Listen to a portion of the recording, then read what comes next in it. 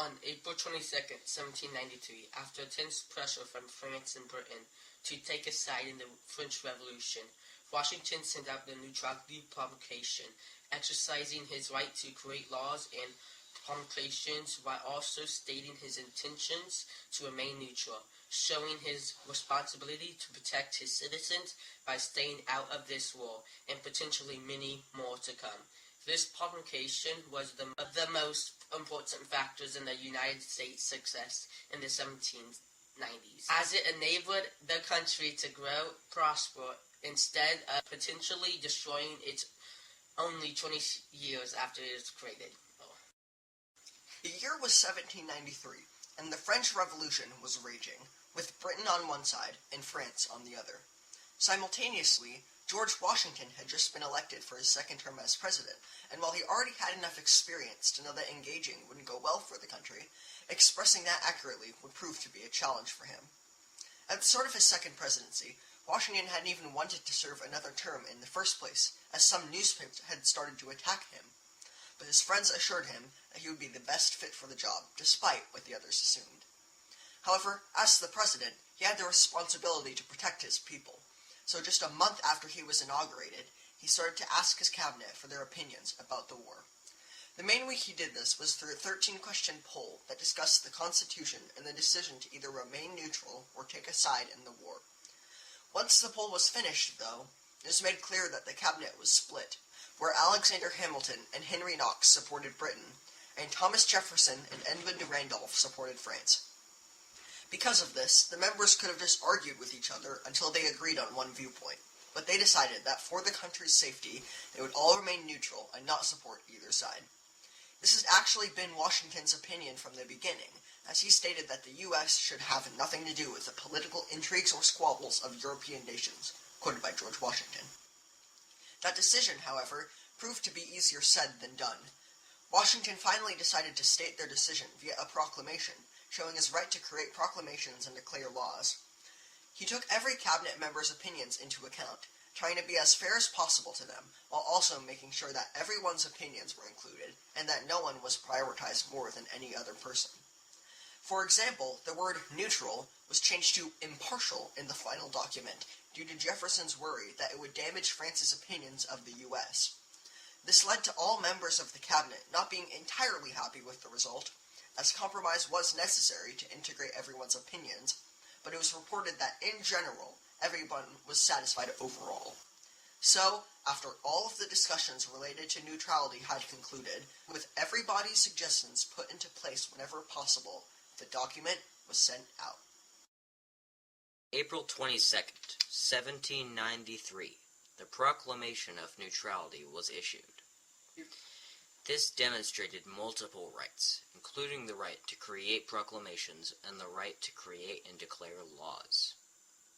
It also demonstrated the responsibility of the president to keep their citizens safe and only pick a side when it wouldn't harm them. It represents the United States' independence and was a supposed declaration on the legal side of things, stated by Washington.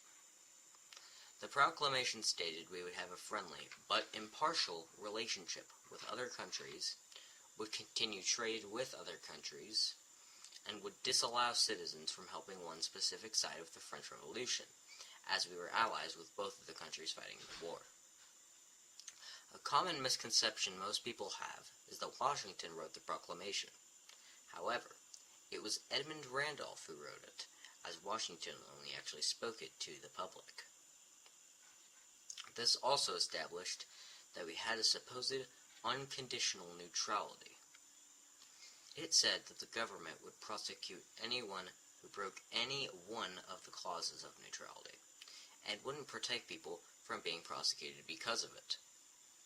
This also reflects the early American foreign policy of neutrality, and set the expectation that the executive branch would handle foreign wars in the U.S. Something interesting is that the U.S. had planned to enact a treaty with France, and it was written, but they ended up scrapping it to write the Neutrality Proclamation. Instead of destroying the treaty, though, they kept it in storage just in case it was needed at some point. This also demonstrated that the President has the right to create treaties to keep his people safe. All of these points relate to the main right, creating laws and proclamations, because it was one of the most important creations of a proclamation, as well as the responsibility of how the specific creation of the proclamation protected so many people. The proclamation being sent out had some immediate effects, with both positive and negative results and opinions. At the very start of its formal announcement, a flurry of criticism was sent toward Washington and his cabinet, saying that they were taking up kingly positions and that neutrality was just a disguise for desertion, with one person saying, "The cause of France is the cause of man," quoted by an anonymous civilian. A more extreme claim was that the proclamation was actually just created for financial gain and wasn't supposed to be a genuine document. Washington quickly lessened these opinions, though, as he started to lead the collectors of the customs to give people a way to report violations, as well as making sure that each branch of the government monitored the others to make sure they didn't break the proclamation. Later on, Charles Genet was sent to America to try to gain support for France, despite the specific disallowing of this. He hired privateers to bring British ships into American ports, counteracted everything Washington did, and refused to have a serious discussion with anyone in the government about his actions. Finally, though, France requested for him to be sent back and put to death, and only then did Genet apologize for his actions and ask to stay in the U.S. Surprisingly, though, Washington allowed him to, causing Genet to stop the trouble he was causing and become a normal civilian. The neutrality promulgation had many effects that, while not be immediate, still played a part in its impact today. Around 6 months after the promulgation was finalized, James Madison, who anonymously went under the name Helvetius, wrote 5 total essays attacking the neutrality promulgation. This led to Hamilton writing 7 essays about his positive opinion of the neutrality promulgation. Another long-term effect was the Jay Treaty. This treaty indirectly recognized U.S. citizens who were wronged under existing laws and sought to test the actual benefits of Washington's commitment to the neutrality of the country. While there was some expansion of the Navy under Washington, a significant growth did not occur to the quasi-war with France during John Adams' presidency, raising questions about the potentially negative connection between a country's neutrality and its overall development. Overall, the neutrality promulgation, among other things, established a tradition of neutrality that would give U.S. foreign relationships for many years to come, as it allowed them to declare neutrality for wars they did not want to get roped into. The country continued to use neutrality as a way to deal with the responsibility of keeping their people safe, but they broke that streak when they joined World War I, instead of specifically taking a side for the country's benefit.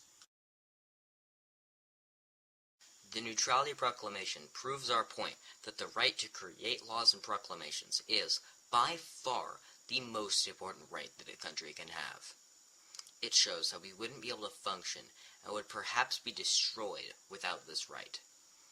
It also shows how our responsibility, the responsibility to protect our people, is essential.